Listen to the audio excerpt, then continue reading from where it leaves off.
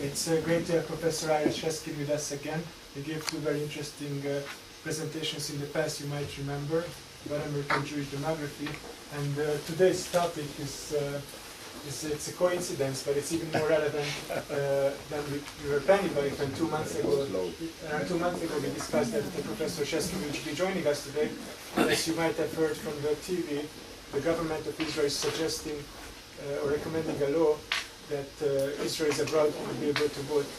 So I don't know if they know who are we talking about when they say that Israelis abroad can vote, but we are going to know who are we talking about in a few minutes when Professor Sheskin is going to give his presentation. So Professor Sheskin is the director of Jewish Demography Project of the Sue and Leonard Miller Center for Contemporary Judaic Studies at the University of Miami, and is a professor of geography at the same institution. He has completed 40 major demographic studies for Jewish federations throughout the United States. In his latest book, How Jewish Communities Differ, compares the results of 45 Jewish demographic studies. Thank you, and it's a pleasure to be here today, particularly with a presentation that I really had a lot of fun putting together, in part because the results, I think, are not going to be what you expected. They were certainly not what I expected, and I am very much looking forward to the reaction of this audience to what I found out. And so we're going to talk today then about Israelis in the United States. And this is a somewhat difficult topic in some ways, and I'm quoting a couple of things here from an article by Gold and Phillips in the American Jewish Yearbook.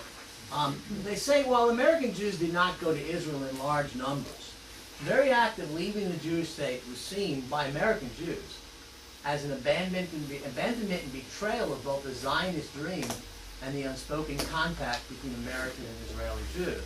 And I can remember when I was taking conversational Hebrew in college and considering making Aliyah, I was being taught conversational Hebrew by an Israeli student who wanted to do nothing but stay in the United States when he graduated. And that was a little disconcerting to me as someone considering Aliyah at the time. Israel has also viewed immigrants negatively. During the 1970s, Rabin called immigrants the fallen among the weaklings. And so clearly I think this attitude, and Gold and Phillips said this as well, has started to change in the 1980s. We're first going to look briefly at methodology. Then I'm going to give you some estimates of how many Israeli Jews live in the United States. We're then going to look at a geographic and demographic profile of Israelis in the United States. We will then answer the question, are married Israelis in the United States married to other Israelis, or are they married to Americans? We'll then look at the Jewish connectivity of Israelis in the United States. Are they, in fact, connecting to the Jewish community? When they come to the United States, are they attending a Seder? Are they giving to Jewish federations? Are they joining synagogues? Now you can guess by the fact that I redid part 5 with part 6 for the non-Orthodox Israelis in the United States, that the Orthodox are a large portion of Israelis who live in the United States. We'll then look at this by community size. Does this differ between New York and smaller communities? Are Israelis different in different places? And last, I'm going to look at just a couple of things from the National Jewish Population Survey related to opinions of Israelis in the United States. So let's talk first about the data sets that we use for this study. The United States Census is our first source of data here. And I've used something called the American Community Survey Public Use Microdata Sample. We'll say a little bit more about that in a few minutes. I've also used for part of this a study by Stephen Cohen, who I understand was here to speak in this room a couple of months back. Okay, he looked at Israeli Jews in the New York Jewish Population Survey. And while his report is good, he had kind of two issues that arise. One is he defined Israelis, first of all, as those who were born in Israel, and his sample size was 165. So there was a population study done in New York. They interviewed over 4,000 people, and there were 160 Sabras in the group.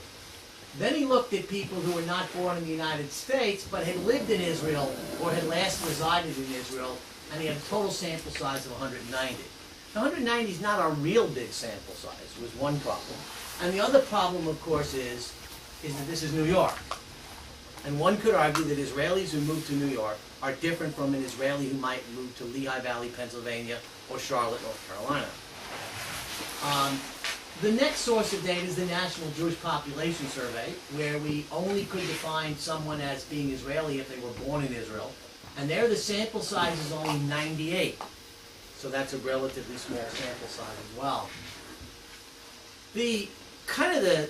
One of the most important parts of this is that one of the projects that I did last summer for the Foundation for Jewish Can was I took the 21 Jewish demographic studies that I personally did in 21 different American Jewish communities. These are telephone surveys done at random with Jewish households.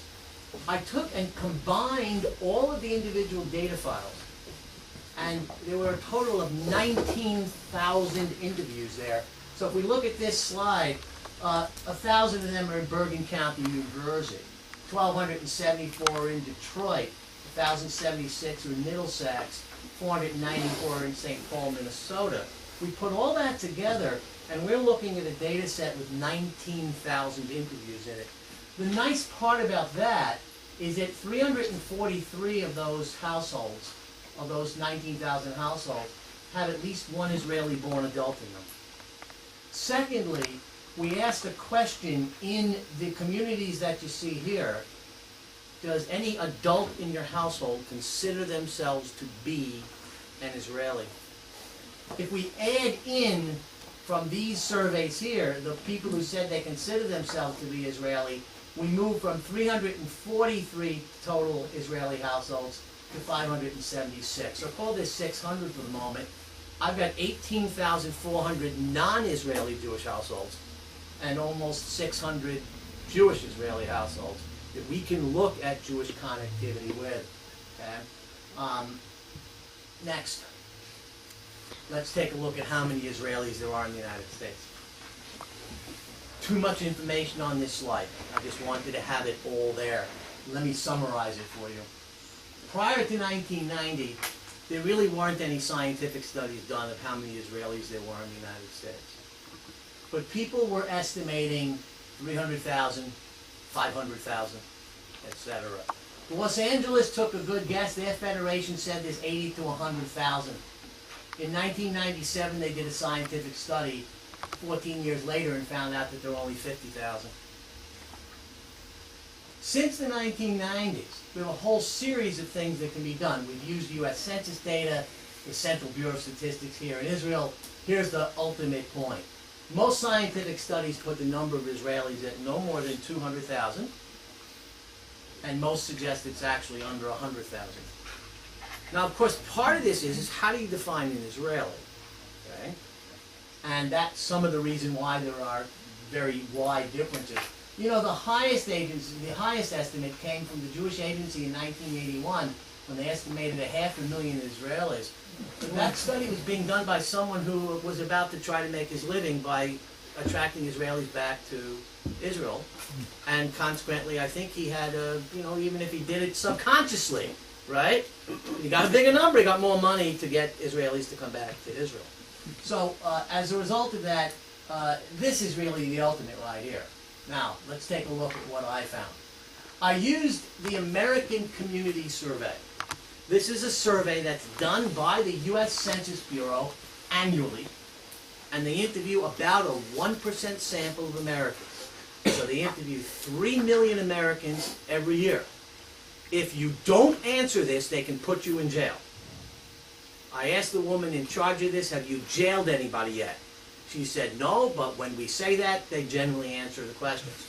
Okay? So, the interesting thing is that most of the time when you look at census data, you can get how many people live in Florida, right? What's the median income in North Carolina? How many people live in Charlotte, North Carolina? Well, the Census Bureau also puts out something they call the PUMS file. These are individual census records filled out by people. There's nothing on there that would allow you to identify who anybody is. Okay? So I have a data file with almost 9 million Americans in it. Now, all of those 9 million people between 2006 and 2008 were asked several questions that allow us to identify who is an Israeli. First, where were you born? Second, what is this person's ancestry or ethnic origin? To which people could say Israeli. They could also name a second ancestry. Where did you live 1 year ago? And what language do you speak at home? So I could look at Israeli-born people living in the United States, right? Now, and get an estimate of how many there actually are. Now, I've made my best attempt to eliminate Israeli non-Jews. How did I do that? Well, let's say you said your place of birth was Israel, but your ancestry was Arab. Okay. Chances are that meant you weren't Jewish, so I pulled those out as being Israeli Jews. Or, you named Israel as your place of birth, but neither ancestry was Israeli, and one of them was Chinese. Probably not a Jew. Your place of birth was Israel, but the language you speak at home is Thai. That was somebody who probably came here as a guest worker and then moved on to the United States. So I pulled out as many non-Jewish Israelis as I could. So these are the 5 variables that I use to define Israelis and Israeli-connected people. I left out place of residence 1 year ago for a variety of reasons that aren't worth our time right now in the end. So here's what I came up with. Notice this is Israel. This is place of birth. In Israel, North America, elsewhere, okay? And then let's stop there just for the moment. So, there are in the United States about 136,000 or so people who were born in Israel, both adults and children. Now, some of those are probably not Jews. I just can't eliminate them all, right? Okay? Next, there are people who were born in North America. 78%, only 22% speak Hebrew at home, but they named Israeli as one of their ancestors. That's another 66,000. People who were born in North America, do speak Hebrew at home, didn't name Israeli as their ancestry, 98,000. Now that's the one that I've walked around the United States for the past month and said, who are these people? We have almost 100,000 people in the United States who were born in the United States, did not give Israeli as their ancestry, but do speak Hebrew at home. These clearly have to be people who, let's say, attempted Aliyah for whatever reason and now returned to the United States. Then we have people who were born elsewhere. About half of them speak Hebrew at home, claim Israeli ancestry. That's 9,000. Born elsewhere, do speak Hebrew at home, don't claim Israeli ancestry, is 19,000. So there's 2 important numbers here. One is 136,000 Israeli born, and the other is 330,000 Israeli connected people. What makes them connected? They were either born in Israel, or they speak Hebrew at home, or they claimed Israeli as one of their 2 ancestries. Notice if we add together the speak Hebrew at home, 222,000. If we add together Israeli ancestry, 139,000, not too far away from what the Israeli born is as well. If you ask me, there's probably some of these are clearly not Jewish in both categories. There's somewhat over, let's say, maybe about 125,000 or so Israelis, and over Israeli Jews, and over 300,000 who have some connection with Israel. They've clearly lived here for a while in a minimum. Now, I've got this for several communities. In Los Angeles in 1997, that's the last time they did a study there, over 50,000 Israeli adults and children. New York had somewhere between 31,000 and 41,000 Israelis. That's it. Israeli born. San Francisco had 13,200, including adults and children. Now, in all the communities from here on down, all of these communities, the question that was asked was, where were you born? And the other question that was asked was, do you consider yourself to be an Israeli? So there's 7,700 in Washington, 6,700 in Miami, 4,400 in Broward County, which is just north of Miami, Las Vegas, South Palm Beach, Bergen, and West Palm Beach. Why did I pick out these communities? Because they're the only ones we have estimates for. Not every Jewish demographic study asks these questions. If you're in Charlotte, North Carolina, you don't put a question on your questionnaire to find out if there are 10 Israelis in Charlotte or 20. It's a waste of time, okay? We know it's a very small number. So for the most part, only in places where we suspect that there's a large number of Israelis has this question been asked. But people are always shocked. And I think I have a clue as to why these numbers are a lot lower than people might think. One of which, of course, is that Israelis who are overstaying their visa are less likely to stay on the phone and answer questions. Okay? Now, the part 3, we're going to be looking at data here that comes from the U.S. Census.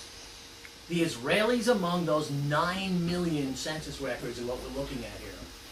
And let's start. This is the Israeli-born population here.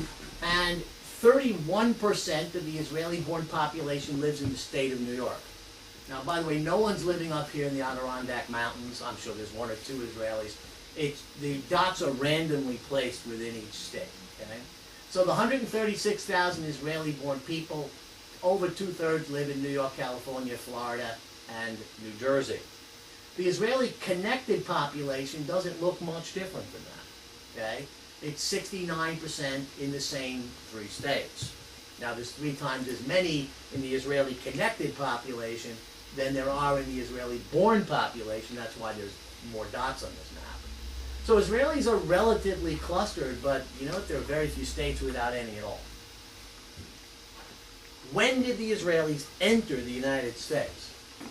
And here the Israeli-born is green, the Israeli-connected is red. You'll notice that much larger percentages have entered the United States since the 1980s than before. But I don't think that's really what's happening here.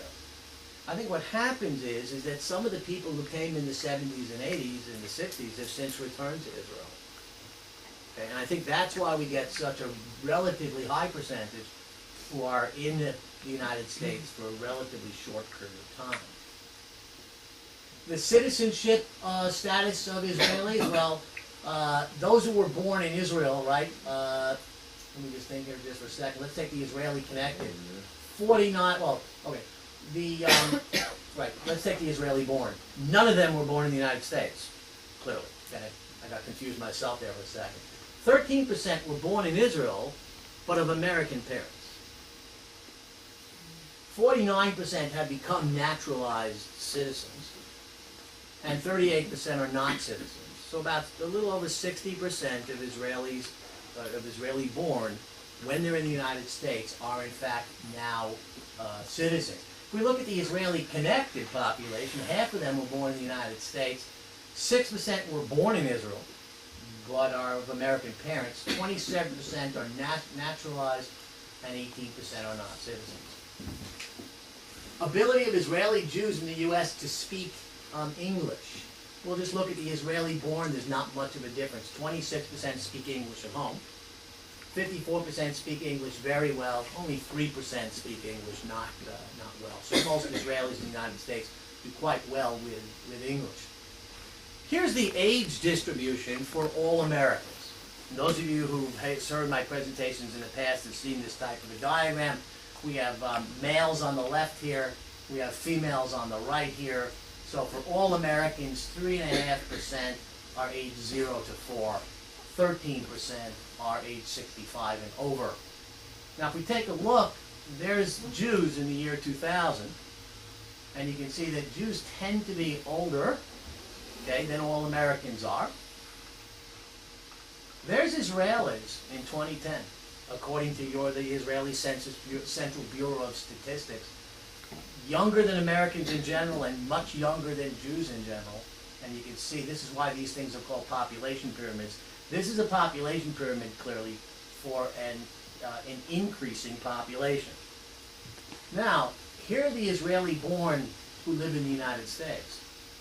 And the percentage elderly here is very small. Look at the difference between the 0 to 4s and the 5 to 9-year-olds. My guess on that, I'll be interested in hearing your reaction later, is that Israelis coming to the United States aren't doing it when they have really young children. They're waiting until the children are a bit older if they want to take them to the United States for a while, and they're not traveling with really small children. The median age here is quite low. And the next one should be the Israeli connected population. Again, not much different between the Israeli born and the Israeli connected. Basically, Israelis in the United States tend to be younger. This right here is the marital status. And what we see here, we'll just again look at the Israeli born. 70% of the adults are married, 3% are widowed, 8% are divorced, 1% are separated, and 18% have never been married. So the largest group of Israelis in the United States are actually not young singles selling Dead Sea products in the Las Vegas Mall. Okay, they're actually married people. The Israeli connected population is a little bit more likely to have never married in it than this population is here. Now, if you compare this, by the way, I took the same slide right here, repeated it, put the Israeli born here, and then said, look, this is 70% of Israelis in the United States, 56% of Israelis in Israel are married. Okay?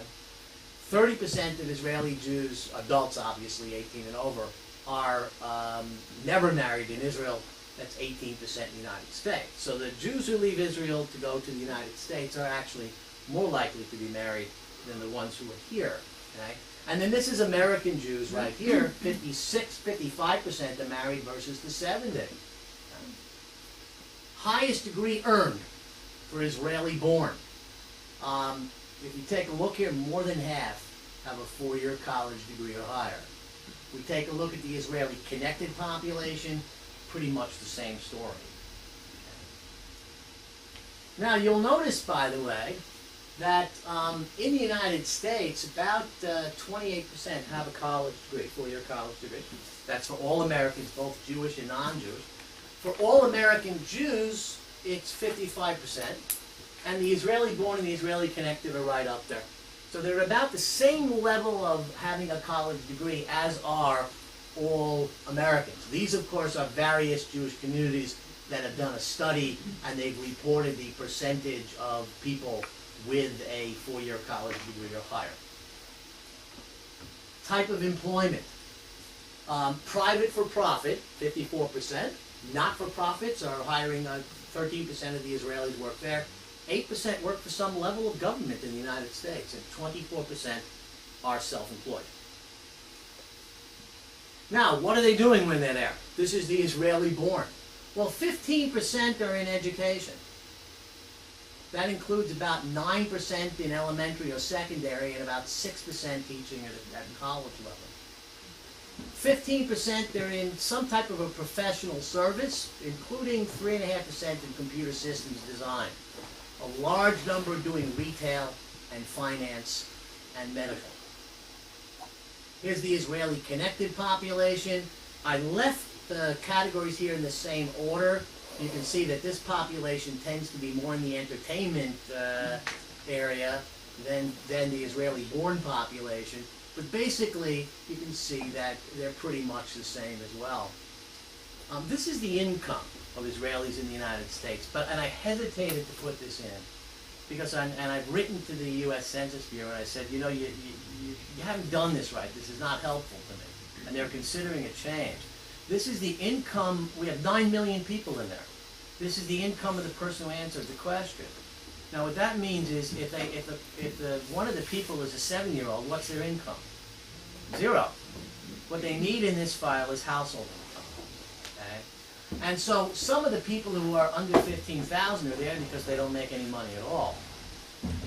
But nevertheless, if you look at it, there's a significant number of people here making, from their personal income, not their household income, relatively high salaries. And this is the Israeli connected population, shows the same thing. Okay, so that's as much data as we can pull out of the U.S. Census about Israeli born and Israeli connected in the United States that I thought was interesting and relevant. Next question. Who are they married to? Now, whether they married Jews or not is an issue we'll get to later. Right now, what I'm interested in is, have they moved to the United States because they've married an American?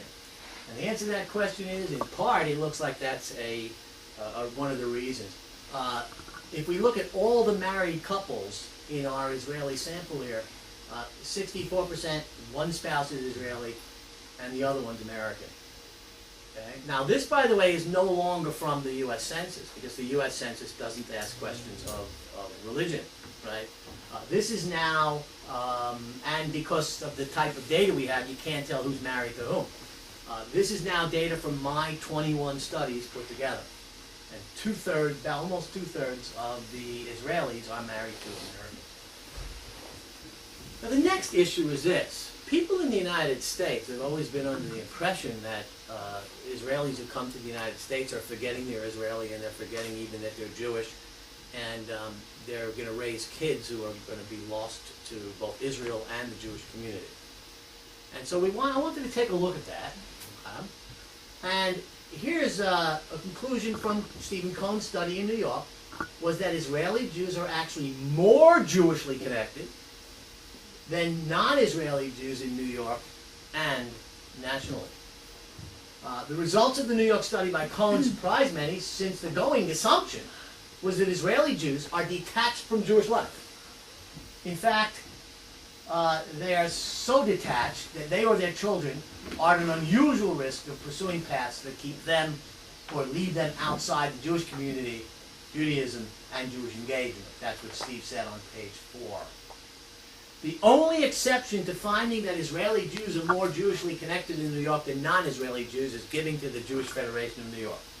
That Israelis are doing at lower numbers. While these results are important, there are two factors here. The sample size is relatively small, particularly for the National Jewish Population Survey. And one could argue that Israelis who live in New York are different from Israelis who live in the United States elsewhere. And I'll show you the difference in a later slides. My data set with the 19,000 cases is a much larger sample size and includes a variety of different communities around the United States. So let's take a look here. Okay? Here's the Jewish connectivity of Israeli households. And again, we've looked at the dark green will be those who were born in Israel. The light green includes both those who were born in Israel as well as those who consider themselves to be an Israeli, which was a question we had in some of the communities. And then the gray are just regular American Jews who never lived in Israel for any, so they don't consider themselves Israeli in any way. First thing to notice is that for these 21 communities is that only 4% of the American Jews are Orthodox, whereas for the Israeli Jews it's 19%. The Israeli born, and for the Israeli connected it's 14%. Now another kind of interesting thing here, by the way, is that Israelis are kind of connecting to somewhat to the American terms conservative and reform. And some of them are identifying that way. The question was asked, do you consider yourself to be Orthodox, conservative, Reconstructionist, reform, or just Jewish? And Israelis are mentioning conservative, reform in somewhat lower numbers, and just Jewish in somewhat higher numbers. Which would, I think, what a secular Israeli who moved to the United States would almost always choose the just Jewish category. Now, just to give you one example here, among the Israeli-born, 93% have a mezuzah on their front door. Among the Israeli-born or consider themselves to be Israeli, 80% have a mezuzah, and 71% among American Jews. Kosher home is 45, 32, and 13.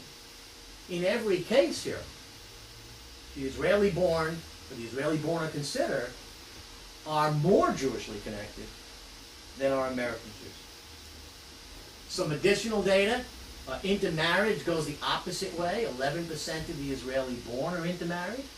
18% of those who are Israeli-born or consider themselves to be Israeli.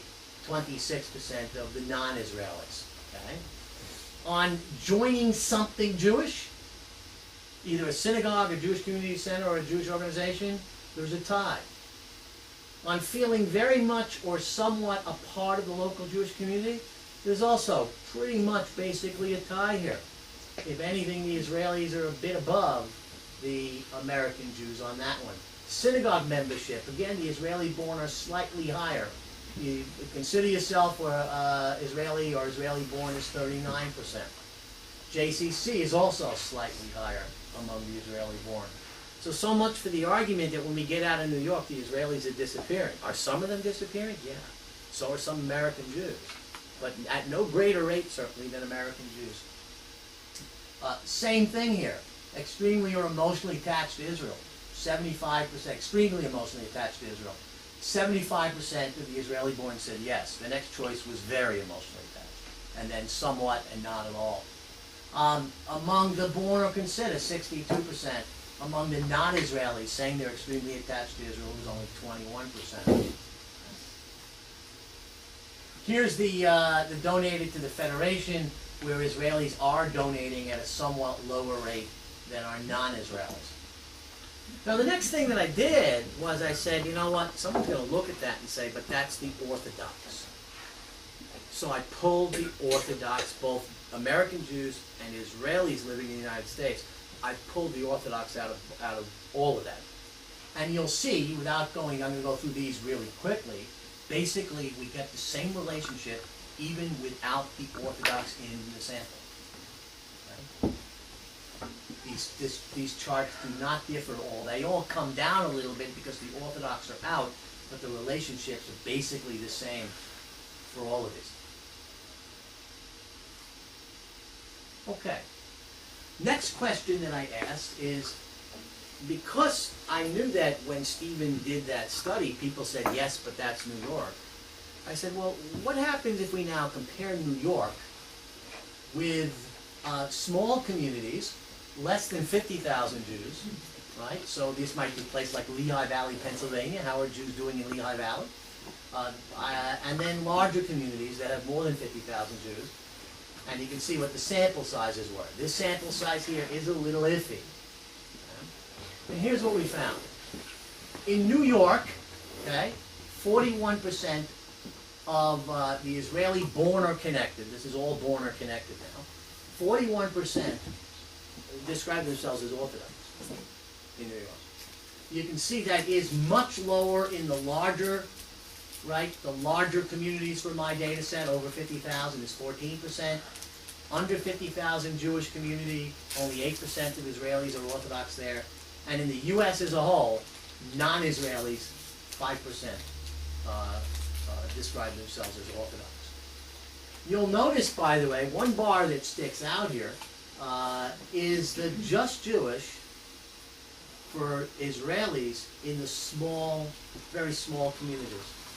So you go to a place that has 20 or 30,000 Jews, and you look at the Israelis who settle there.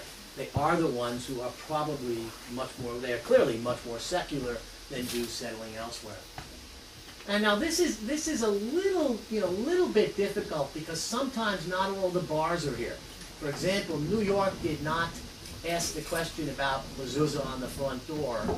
Neither did the National Jewish Population Survey. So consequently, we only have the middle two right here, and you can see that there's not much of a difference here. Sabbath candles, you can see how much higher New York is than either the large communities or the small communities.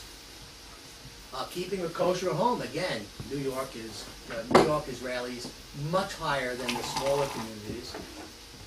Having a Christmas tree, New York Israelis are much lower than the other communities. Attending synagogue service is a little higher. Synagogue membership is considerably higher in New York, as is JCC membership. And not much difference in joining a Jewish organization. But this I found interesting. In the smaller communities out there, the Israelis were quite active in participating in the Jewish Community Center. Not joining it, but participating. Those of you who know JCCs, it's not really a religious institution, right? It's much more of a secular institution. Health club, ball fields, things like that. And you can see here, attended adult Jewish education. The Israelis in New York are more likely to be doing that. Okay? Donated to a charity. Well, they didn't ask that in New York, or they didn't ask it in a way we could use it. But in the larger Jewish communities, Israelis are more likely to be doing that than in the smaller ones. Donating $100 or over to the Jewish Federation is not something that Israelis are doing. They view it as giving back to Israel, and they've already paid their taxes, I think. You can correct me if you think I'm wrong on these things. you know it from this side. Lastly, I told you I had a lot fewer slides this time. I told you I had a lot fewer slides this time. Last topic, okay, is the Jewish connectivity of Israelis in the United States, with a few questions that were asked in the National Jewish Population Survey. And what I did here was to do Israelis and then non-Israelis. All or most of my friends are Jewish. The Israelis are much more likely to be dealing with Jewish friendship circles. Being Jewish is very important to me. 72% of Israelis, 45% of non-Israelis. I have a strong sense of belonging to the Jewish people. They strongly agree with that. 71% of Israelis and 53% of non-Israelis. I have a special responsibility to take care of Jews in need.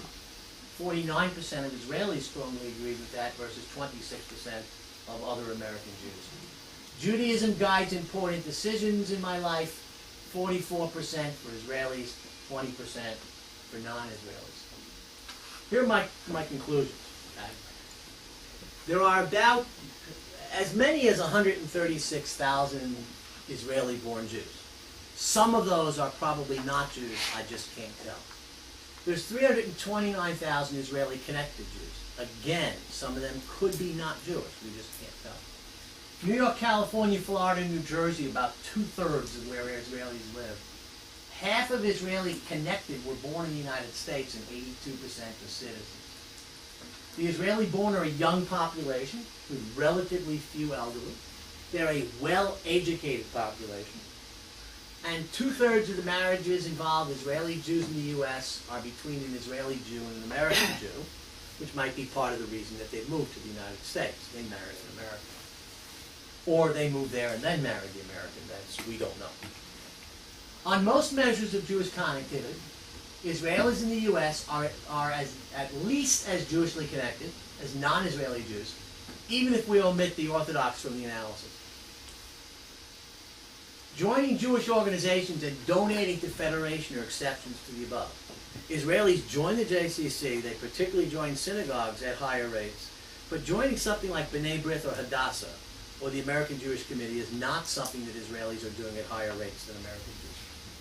Israelis in New York are generally more Jewishly connected, and we've noted that already. Questions? Comments? Yes? I want to make sure I understand one methodological issue which I think is basic here. The collection that you made of the community surveys that you conducted, these were people who were approached based on lists drawn up by the federations that you did the surveys for. Absolutely not. And how did you identify the Jewish population? Okay. See, I tried to skip the methodology. Whenever I do that, that's the first guess. It's important. I agree. Here's the way you've lived in the United States. Yes. Okay. When your last phone number, what was your area code? A long time ago, 506. No, it wasn't 516. 516, sorry. Where are you from? I was born in Israel, but I studied in the United 516, okay. And then you had three numbers after the 516. Yeah, indicate where more or less where you live. Right, okay, fine. Okay. Then you can add 4 more numbers and make a phone number, right? Mm-hmm. So, like in Miami, my phone number is 954-435. Mm-hmm. Then we slap 4 random numbers at the end. Yeah. Hello. I'm calling on behalf of a population study for the Jewish community sponsored by the Greater Miami Jewish Federation. We are not asking for donations or selling anything. We are interviewing households with 1 or more Jewish people. Was anyone in your household born or raised Jewish? Or does anyone consider themselves to be Jewish? If you say yes, then we just plow right into about 20 minutes of questions. If you say no, we say thank you very much.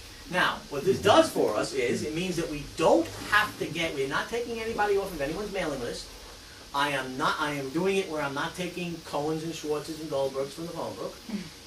I am not using the Jewish Federation's mailing list. We called one young couple in Atlanta. They were unloading their U-Haul. Their phone had been turned on within the hour. they said, the Jewish community is calling us so fast, and you don't even want money? And they said, we're going out for Chinese food, but we'll be home by 9, call us then. What percentage of the phone numbers, of random phone numbers did you call? What percentage is the Jewish population? In Miami. And how, and so when you combine those two populations, aren't you really don't you have a really big margin of error? We're combining what two populations? If you're saying, let's say we know that, or we have an estimate that in the Miami area there's such and such a percentage of Jews. Well, that comes from the study. Okay. In other words, if in Miami, I think it was something like 6 out of 100 people said they were Jewish. Okay. Now I know it's 6% And how many, Jewish. and out of every 1,000 phone numbers, how many did you call? Oh, I can tell you, in San Antonio, Texas, we did 300 interviews that way. Out of how many? 70,000 phone numbers. That's So- why the study cost $140,000. So basically, the chances that you... That you're going to hit a Jew are very tiny. In San Antonio, Texas, 0.7% of the phone numbers we dialed when we reached the household, 0.7% were Jewish. So the chance that you would reach a representative sample Are of the Jewish excellent. population... This is the way the Gallup poll does it. This is the way everybody does it. This is why it's done this way. It's not chances of us reaching a representative sample. Okay? There are 6 or 7 researchers in the United States doing Jewish surveys like this. Everyone does it this way. When Gallup wants to know what percentage are Roman Catholic, they do it the same way. Another question, if Sure. I may. For the Israeli-born, it's pretty straightforward. But Israeli-born are only around half of the Israeli population. And the question is, what happens with the large number of people in Israel who are not Israeli-born but have been here for a short or long length of time, but don't identify themselves as Israeli extraction? Say someone who says, my parentage is Russian, okay, or my parentage is Syrian, and he doesn't come under any of the questions that you mentioned. Not Israeli-born, doesn't speak Hebrew at home, speaks Russian at home. Right. We probably missed them. Well, there are a lot of Israeli passport holders in the United States that would come under that definition. That they, let's say, they were born in Russia, spent 2 years here, 10 years, 15 years, still speak Yeah, Russian at okay. home. speak Russian at home, moved to the United States, and don't claim Israeli as an ancestry. Right, we would not have them in here. Absolutely. Okay, that's why this is imperfect. Yeah, yes. Let me take down Go the ahead, names you because do there's, it. Go ahead. there's just so many questions that I don't want to miss anyone out. So I have first Hannah Gibon, then Lisa Fakimian, then Yoni Forsyth. Anyone else so far? Okay, so we take the 3 questions and I'm sure we'll have more. I wanted to ask about second generation Israelis, in other words, Israelis who emigrated from here, and their children. Very often, those who come from here still have that Kintaliyid in them. Even if they're not observant here, they suddenly discover outside that they're Jewish, possibly because other people put them into that category. But what happens to their children? There are children in here, but you know, most of the variables that we looked at for Jewish connectivity are household variables, aren't they? Okay. So, and one of the questions that I did not analyze here, like when we're looking at this type of material here, there are no children in this. These were all asked of adults. Do you attend synagogues? You know, how frequently do you attend synagogue services? You know, into marriage, a household belongs to a synagogue. I don't think I analyzed here whether Israelis are sending their children for a Jewish education or not.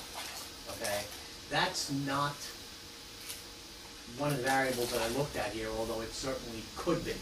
I mean, yeah. This interests me because I lived in Los Angeles for 33 years, where there's a large Jewish population. I was also involved with Stand With Us, universities, etc., and I taught in Jewish education, so I have a little bit of feel for the Israelis who sent their children for Jewish education. Right, I know that, I mean, we have an Israeli couple who lives across the street from us, and their children are here 4 months of the year, but they're not getting any Jewish education in the United States, and they're going to an American high school. So clearly that does happen.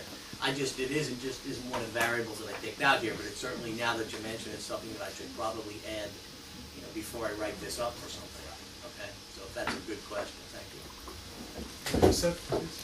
Yeah, I have one simple question and then I have a couple of things I want to talk about. when you say 27% have college degrees, are you taking 27% of the entire population, or those who are college age and beyond? Well, actually, if you look back here, right, okay, and this is US Census data here, it's 50% have a college degree, because it's 27% with a four-year college degree plus 26% with a graduate degree. So it's more than 50%, and it's people aged 25 and over. But you're not including 10-year-olds, because if you did Right. that, then that means... Look, it's age 25 and over. Oh, age 25 and over. Right, Okay, age fine. 25 and over, yeah. Now, I want, with all the due respect, your numbers really shocks me. Yeah, it shocked me too. I'm not a professional, I'm not a historian, I'm not any of those things that one needs to be to put this data together. But I was very heavily involved in the American Jewish community. And the numbers, for instance, we always used to say that the secular Israelis comprise majority of Israelis in America, and they are all almost totally on their way to assimilation. Well, That's one of the things. And then another one is that, you know, there were some people in America that they considered themselves Israelis. I knew some Russians that they came to Israel for 1 or 2 years, and they obtained an Israeli passport, and with the Israeli passport they came to the United States. Are those Israelis? And you know, these are the things that puzzles me. And well, was hoping I would that's get an why answer. here, right, you know, we have a lot of Israeli born here, but we also have people who just said, do you consider yourself to be an Israeli? So if someone, let's say, came from Russia, spent 2 years here, and then moved on to the United States, if they considered themselves to be Israeli, then they're in the sample. And only, you know, for that group, Israeli born or consider themselves, only 37% kind of fit in the secular category. So the majority of Israelis in the United States, whether going by born or born and consider or considering, are Orthodox, conservative, or Reform. And you know, the fact that Israelis who you don't really have conservative and Reform here, like we do in the United States, in any significant way, but some Israelis are in fact affiliating with those types of congregations and thinking of themselves in that way now. But you know, once again, that particular point, it runs contrary to my experience that there were not that many Orthodox or observant, I should call them. I wouldn't like to call Orthodox. Observant Israelis who will come to the United States, except maybe to the big cities, maybe to Los Angeles and New York and New Jersey and Florida. Right, but that's why this is kind of important here, because this does not include New York. And it doesn't include Philadelphia, and it doesn't include Chicago, and it doesn't include Los Angeles. It does include South Florida. Okay? So, but look, if you take a look back at what Steve Cohen said, Israeli Jews are actually more Jewishly connected than non-Israeli Jews. Now, I think part of it is, you know, when I see an Israeli in the United States who's not getting involved, it bothers me. Okay? As an American Jew, it says, gee, this guy came from Israel. Hebrew is not an issue. And now he's coming to the United States and not giving his kids a Jewish education. And I think when something bothers you, you tend to overestimate the extent to which it's happening. And Stephen and I both have the same results here. Israeli Jews are in fact more Jewishly connected, more likely to be Orthodox than are American Jews. Yeah, I thought that's why I was excited about this presentation, because but the data, you know, I mean, when you're dealing with a sample of 570 Israeli households, you know, it's a large sample, certainly enough to make these types of statements. I have Yoni Forsyth and Professor Leslie Wagner, Hannah Shapira, and Joel Fishman. I have 3 questions. First off, why try and eliminate the non-Jews?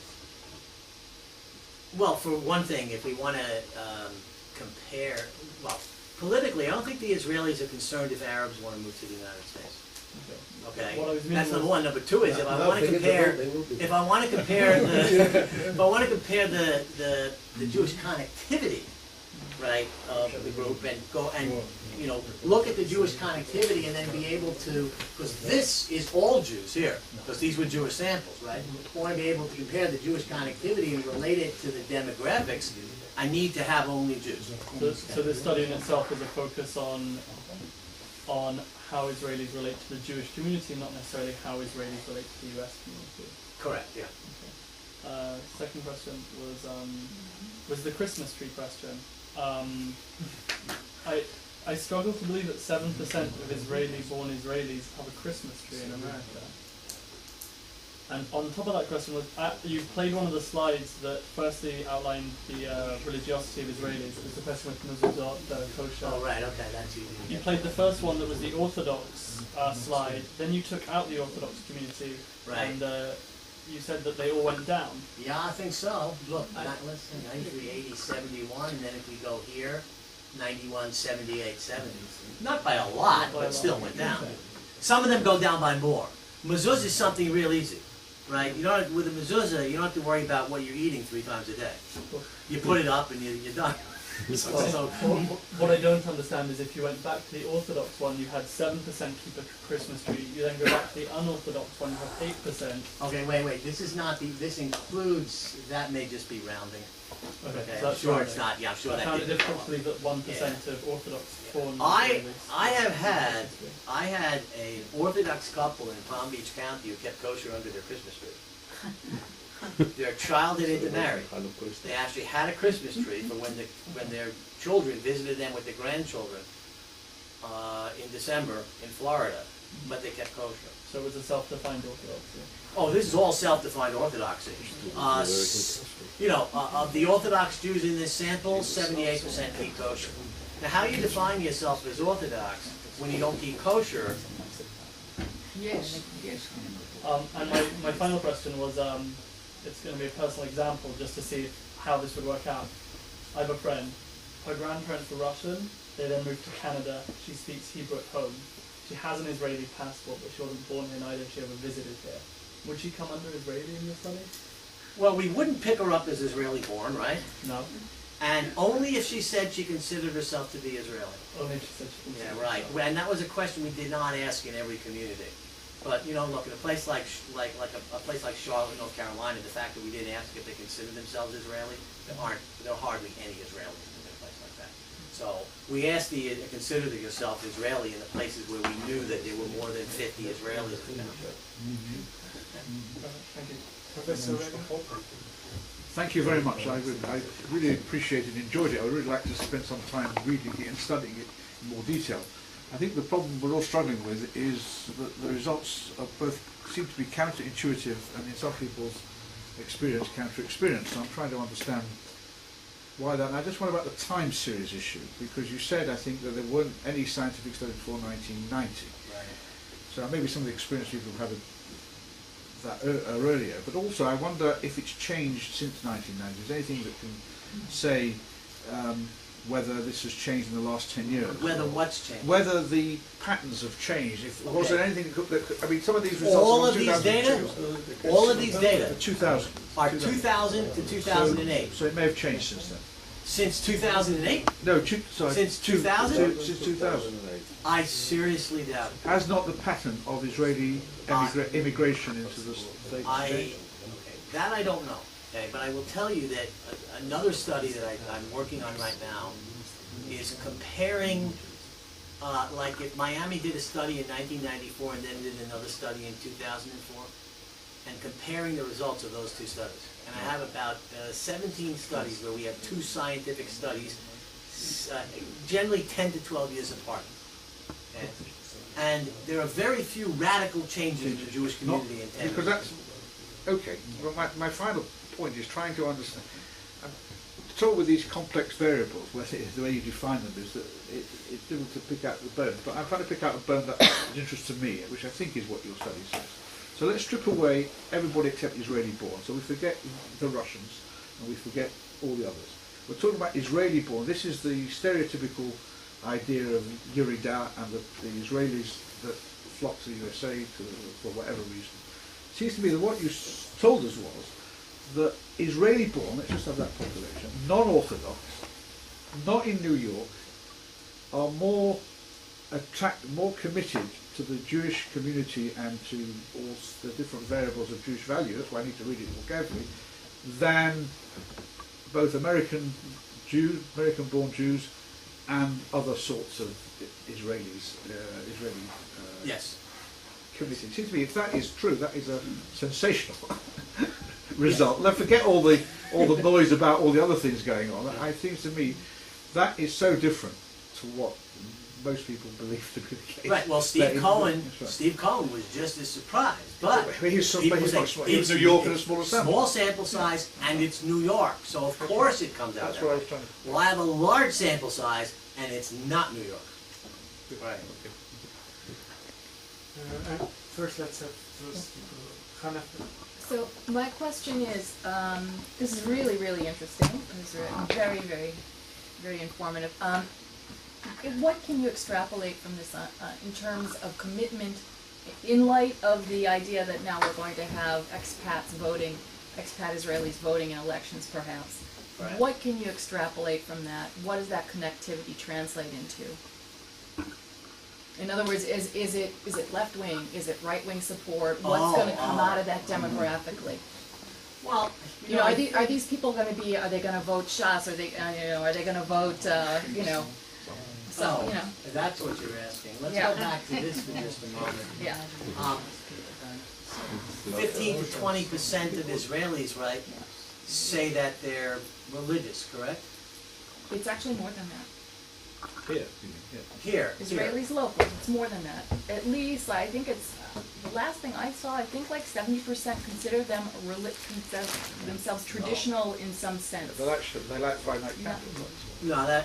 Okay, but that's still It's not religious. Okay, one of the things that we found out recently from surveys here in Israel is that many of the people, just because they say they're secular, they're still doing a seder and they're still lighting Hanukkah candles and they're still saying a blessing over the challah, but they wouldn't think of themselves as Orthodox. I'm thinking this through now for the first time.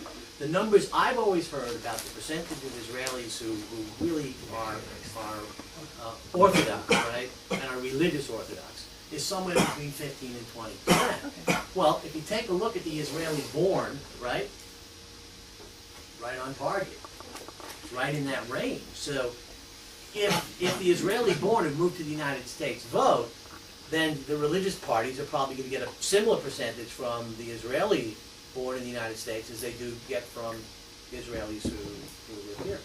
That would be my guess at what's going to happen there. You know, what I would be concerned about, what could change things is if Chabad brings over plane loads of people, right, gets them Israeli citizenship, and you've got half of Crown Heights living here for a month saying they made Aliyah, get their passport, go back so they can vote. That then could change the voting pattern here. I mean, has anybody said, I know I heard on the radio yesterday too, that they're considering doing this now. Which look, Americans living here still get to vote in the United States if they want to. I think it's probably the right thing to do. But is anybody considering?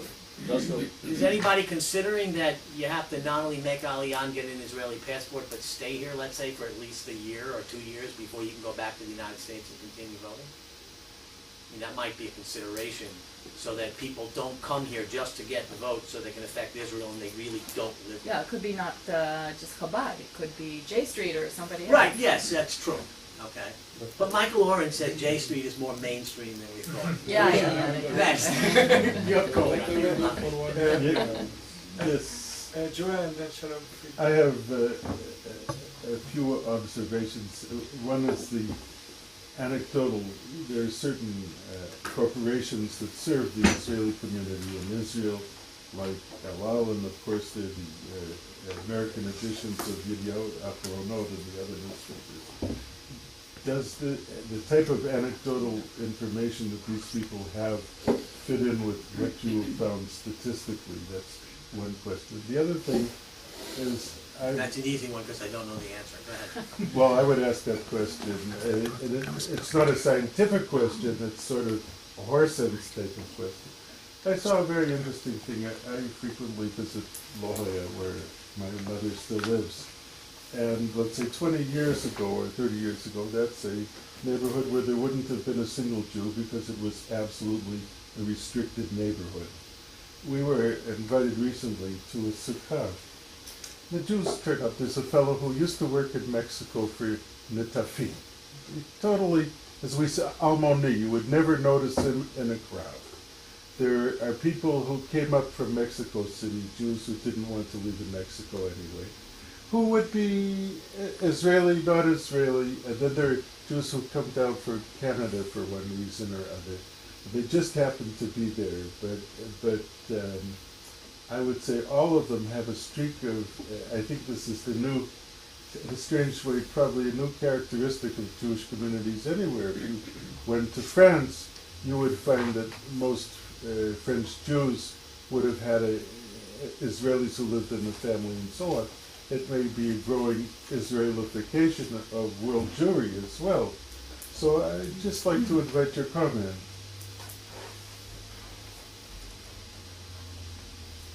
I'm not sure I have a comment on that.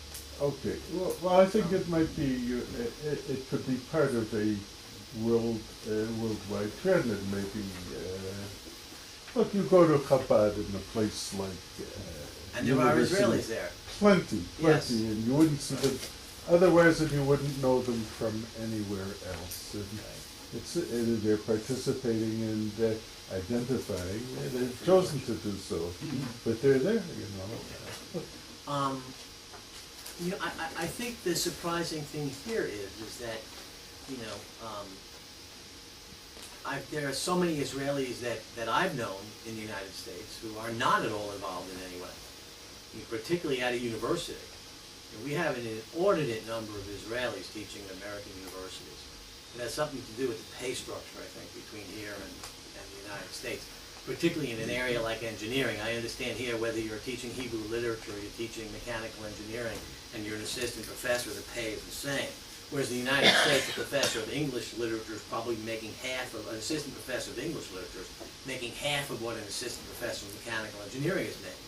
So the difference is enormous. We have a lot of Israeli professors throughout colleges and universities throughout the United States, and many of them are not involved in any way in the Jewish community or even in defending Israel on the college campus. And I think a lot of us American Jews see that and say, what's going on here? Why do these people come here and they're not even participating in any way?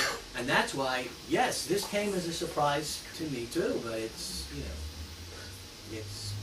same thing that Steve Cohen found, but it was New York. But it's there, and it's true, and it's triple checked and quadruple checked because it wasn't what I was expecting.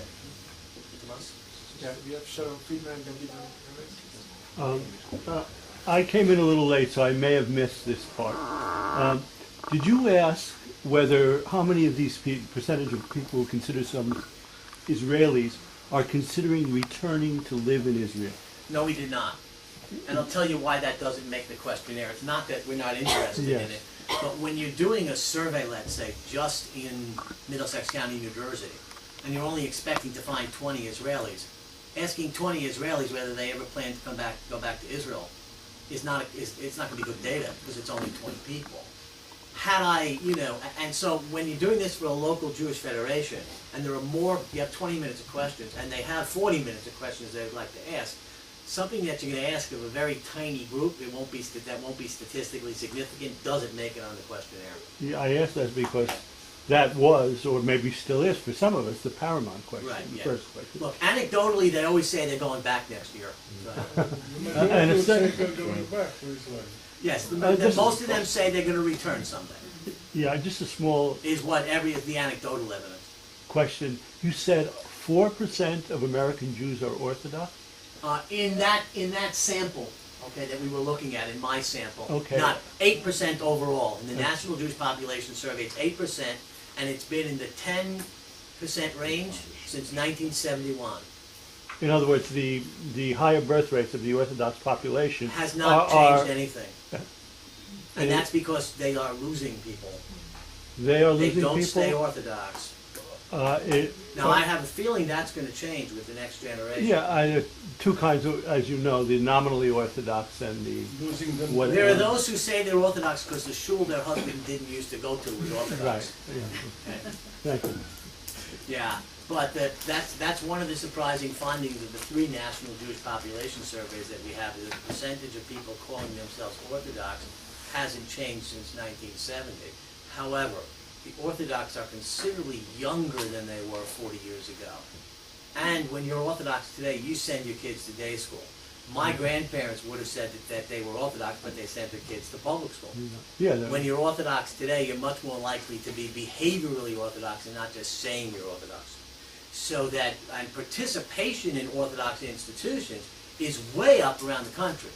Chabad can go to a place like Virginia Beach, Virginia, and get 250 Jewish kids in a summer day camp. But just because you attend services at Chabad or Esha Torah doesn't mean that when asked in a survey, do you consider yourself Orthodox, Conservative, Reform, or just Jewish, that you're going to say you're Orthodox. The vast majority of participants in Chabad activities will not describe themselves as being Orthodox. One brief observation and one long one. The brief one is, the question is not how long people have to live in Israel in order to retain the vote when they leave. The question is how long they stay abroad and still retain it. And the longer observation is, I had, for reasons of my own, to do a survey of a few hundred or maybe even more synagogues in the very same states where the former Israelis are concentrated. And so it really was a few hundred, maybe 1,000.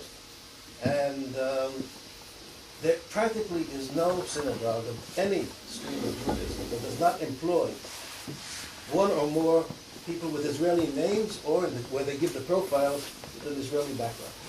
If you multiply that by their families, then if your figures are correct, I'd say, in a quick estimate, about 10% of former Israelis are professional Jews. Well, look, 15% are in elementary, secondary, or college, and many of those are teaching in Jewish day schools. And, you know, look, one of the positive benefits of having Israelis in the United States is if you put them in front of a Hebrew school class, they really know Hebrew. I mean, I can tell you as a kid, I was taught Hebrew by someone who was not much better at it than I was. Okay? And, you know, all the educational materials that come from American synagogues and day schools today from Israel. But let me Plus, having the Israelis but let me there. just continue that Sure. observation. Since when I was in graduate school in the United States, I made my living that way. Right. The fact that I taught in Hebrew or Sunday school did not make me connected to that congregation in any way. Correct. It was my job. Yes. And you were given free And yes, we membership. did have a mezuzah on the door. Yes, we did celebrate holidays, but I was not connected in any way to the local Jewish community. Right. So the question is whether those characteristics really show Jewish connection. The fact you have a mezuzah on the door does not connect with anyone. It means you identify them. It means you're identifying. Identify, yes. Yeah, you Identify, identify. yes. Even and connected, it no. could even be you're identifying in a cultural way too. Doesn't necessarily mean you said the prayer and there's a No, scroll on but you put that under the heading of Jewish connectivity or something like that. Right. Connectivity is the word that we used to call them Jewish identity measures. Steve Cohen decided to use Jewish connectivity measures in the National Jewish Population Survey, so we've all adapted that now. Okay. Yeah. Okay. I have a couple of comments. I'll start with one of the last ones. You talked about Israelis teaching Hebrew. Now, I was in Jewish education for 35 years, and we were sometimes appalled by the fact that just because they came from Israel, they were teaching Hebrew when they had absolutely no pedagogic experience, no training at all, and in some cases,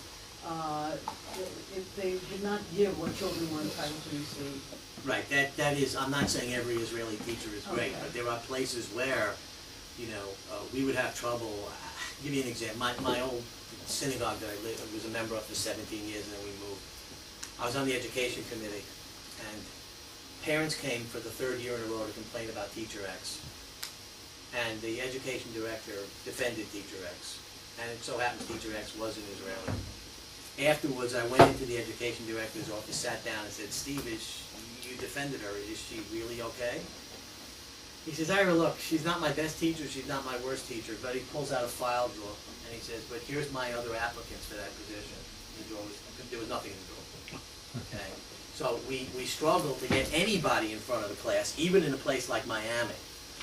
Okay? And particularly as Jewish day school salaries have gone up, fewer of the day school teachers, who are usually better trained, want to bother for an extra $35 or $40 a day going and teaching 2 more hours of Hebrew after they've taught a whole day at Jewish day school. Okay.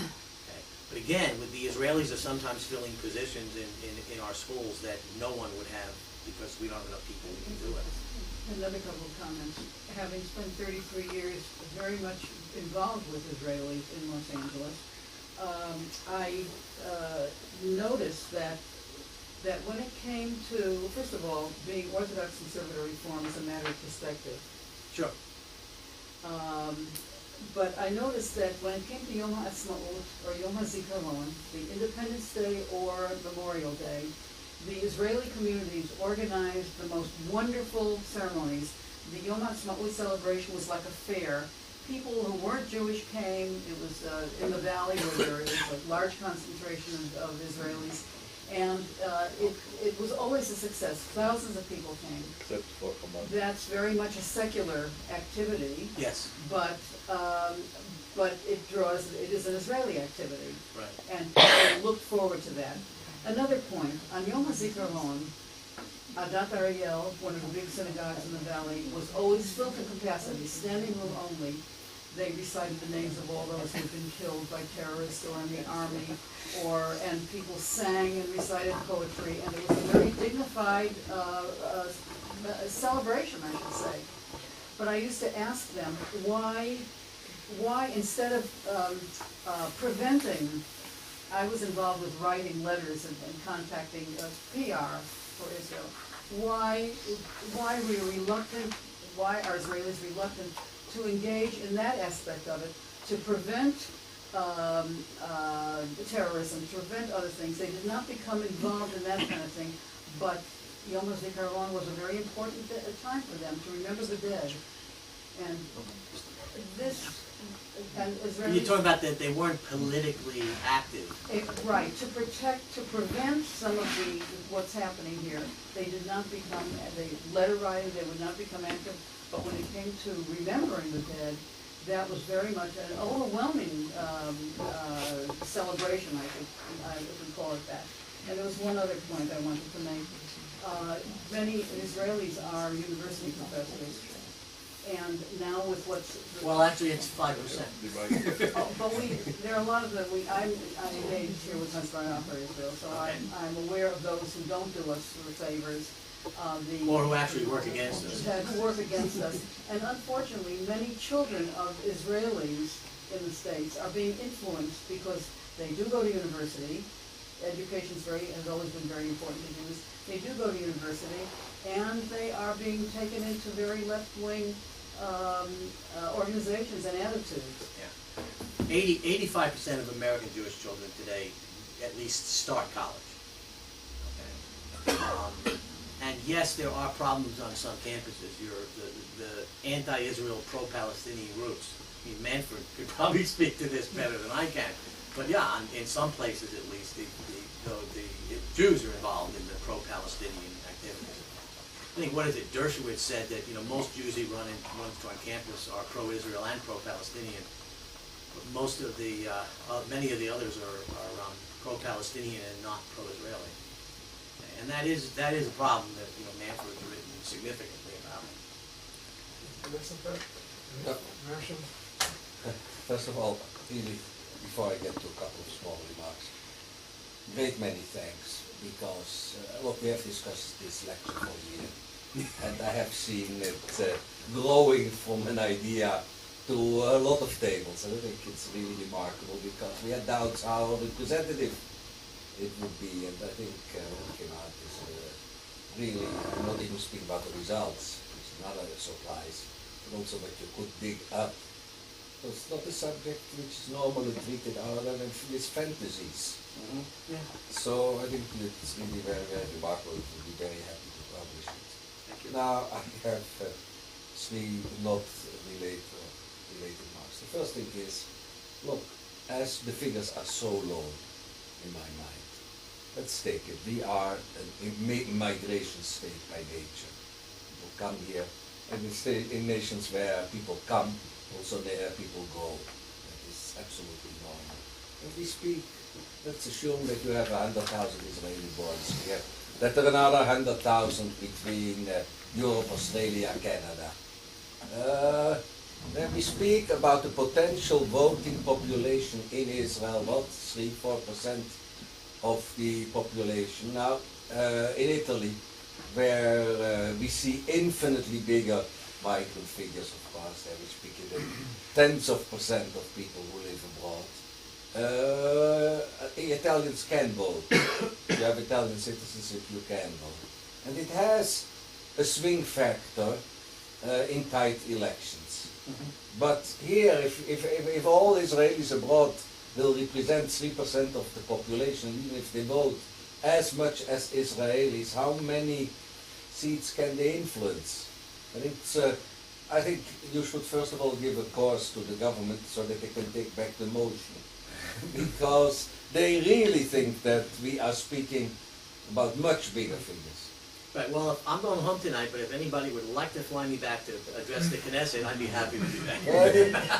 Well, I think they haven't a clue that we speak about such, in fact, minimal numbers. Right, well, But this is only the United States.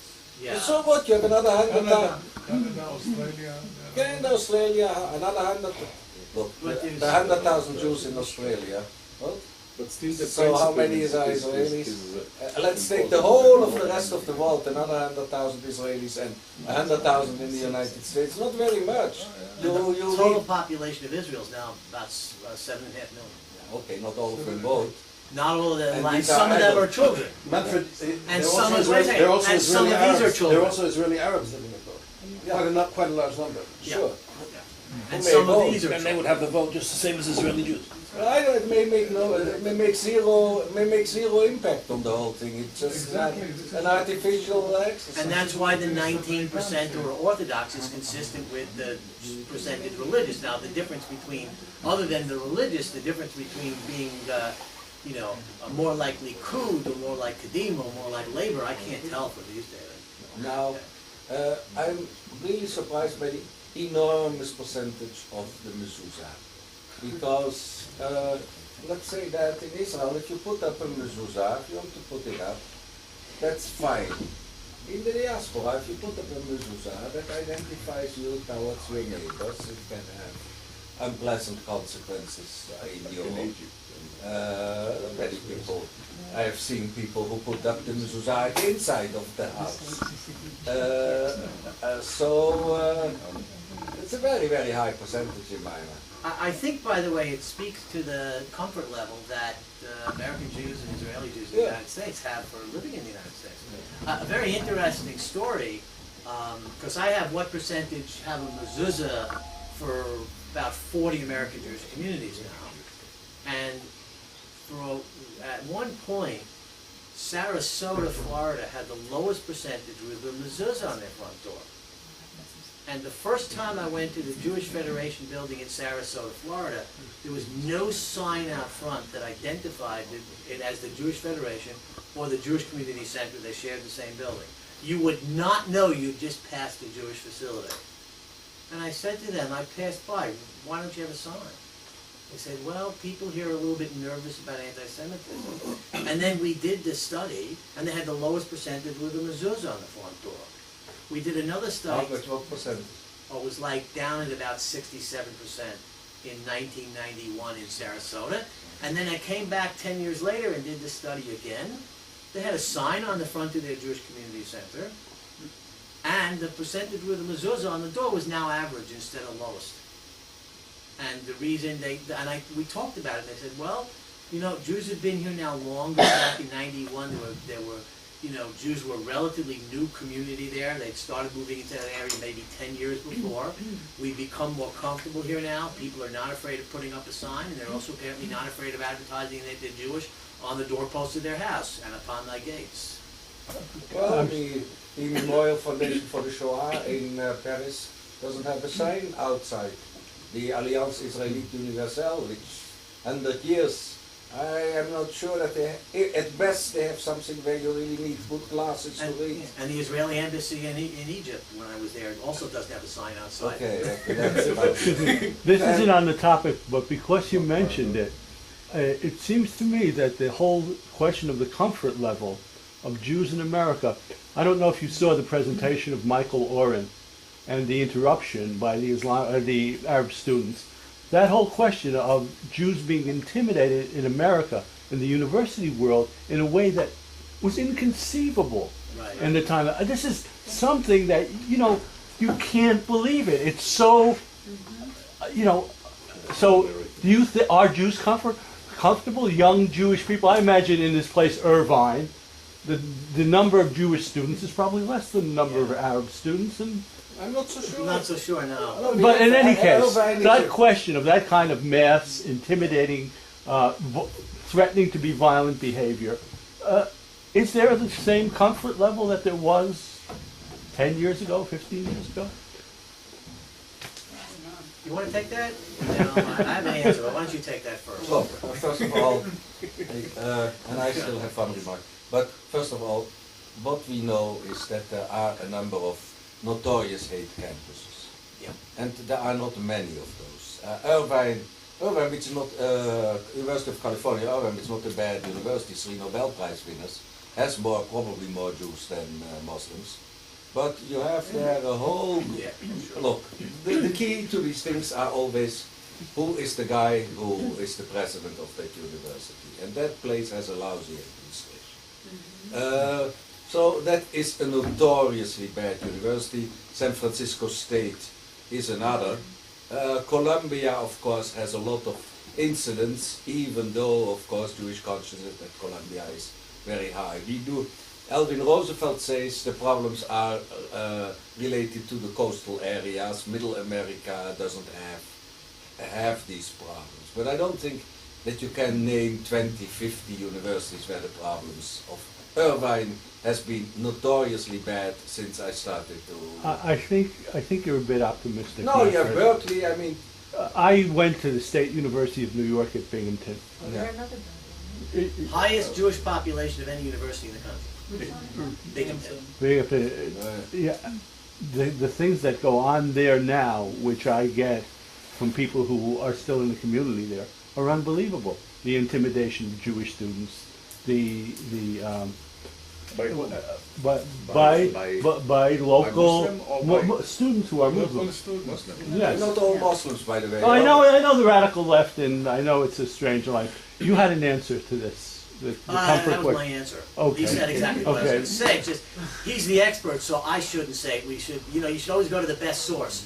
On this, he's the Britannica on Wikipedia. And I just want to say one thing. Get down for my I would just like to ask, because I'm surprised at how the American community in general is not outraged at this behavior.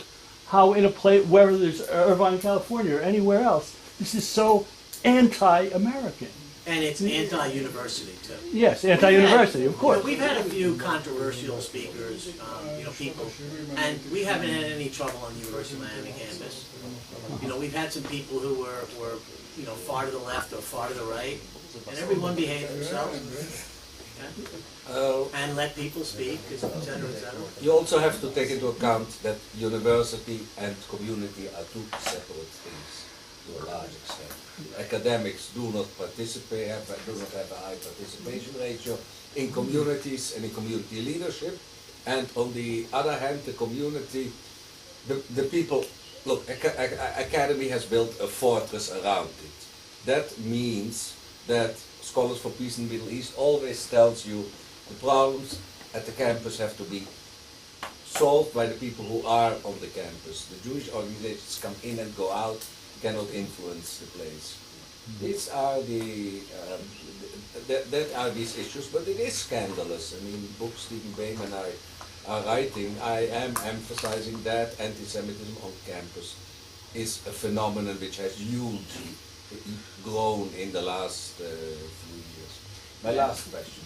Look, if you had done this study in the Netherlands, you would have had another category, which is, I feel myself sometimes Jewish. Now you may laugh there, but then the question is, when do you feel yourself Jewish? So that hasn't come yet to the United States. has it? No. When somebody tells you you're Jewish. Huh? Ben-Gurion said, feel Jewish because you No, like some it, say, because you some don't say like when it. something folkloristic happens, or when I have an when I see an anti-Semitic experience, or I hear about an anti-Semitic experience, it's a serious part of a 2000. But it could be some of the respondents might interpret the phrase "just Jewish" as only just Jewish, rather than just Jewish means I'm just Jewish rather than anything else. No. But just Jewish could also be interpreted as No, I'm but just that there. is in the US. I could Look, follow the line. that counts to this issue of the breakdown of denominations in the US. That's another phenomenon of the last decade.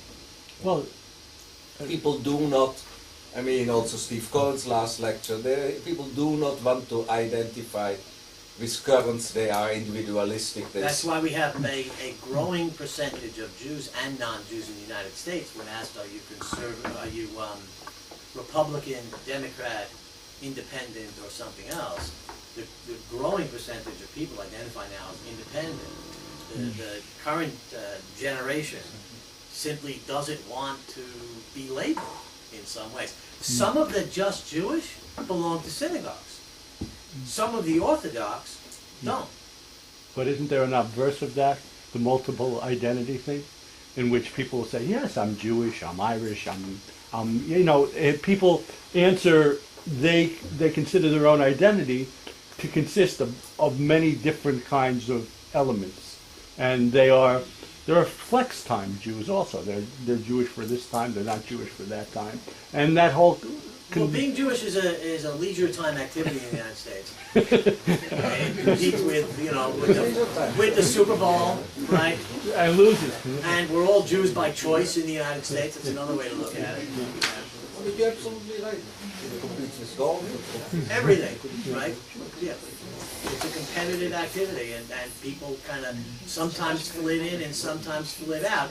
The 1990 National, let me give you an example. The 1990 National Jewish Population Survey, okay? A guy named Bruce Phillips got a big grant afterwards from the Reform Jewish movement to go back to the intermarried couples. This was 5 years later. And to re-ask them the same questions, and to ask them some more questions. You know what? A kid that they weren't bringing up Jewish in 1990, when the kid was 3, now the kid is 8. Yes, the child is Jewish. Okay, so yeah, being Jewish has kind of boundaries that people come in and out of during various parts of their life. I've had people who today are president of a synagogue who will say to me that if they answered this questionnaire when they were in college, that they would have said that they were atheists or agnostics, and now they're president of the synagogue. So people in the United States, it's a leisure time activity, and sometimes people are doing more Jewish things, and other times people are doing less Jewish things. And somehow or other it always comes down to Jewish identity here. But the other thing that's really fascinating, and it's something that I had noticed, and I just finished reading a book called Jew-centricity. Oh, very good book. Okay? And one of the things he said in that, when he said it, I said, you know what? I noticed that myself. Is that I have, I have a relative, my wife's brother-in-law, who isn't all that involved in Jewish stuff, but if there's any anti-Semitic thing that happens in the world, he's sending me an email about it. Okay? There's something he sends to me about Holocaust denial. He seems to send that every Yom Kippur. Okay? Even though I told him that the British schools have not banned teaching the Holocaust, and he should stop sending this out, because the British, we can blame them for enough without blaming them for something that they haven't done. Okay. And Jewish jokes, too. Part of the cultural part of being Jewish. I've got people who do nothing Jewish, but send me Jewish jokes. Some of them are good, I don't mind. But that's all that's happening. And so it's a very amorphous boundary. But the point is that, does it bother me that Israelis come to the United States and there are large numbers who aren't at all involved in anything? The fact is there are a large number of American Jews who aren't all involved in anything. And it is interesting that the American Jews have been critical of the Israelis who've come over, need to realize that the Israelis, on the whole, are more involved than they are. And they thought that Israelis, on the whole, were less involved than they are. And that may be the lesson here for American Jews, to be a little less critical of the Israelis among us, both for that reason, as well as the fact that they're having Israelis and having people on these campuses see that Israelis are not monsters is very good. By the way, just one point. This surprising conclusion of yours is in a way logical if you consider the fact that most Israelis have Jewish knowledge and background, which most Americans don't. Right. Yeah. Yeah. It makes sense in that way, even though for all of us it doesn't make sense because we're accustomed to believing or thinking something else that we've known until now, until the survey. Please join me in thanking Professor Sheskin for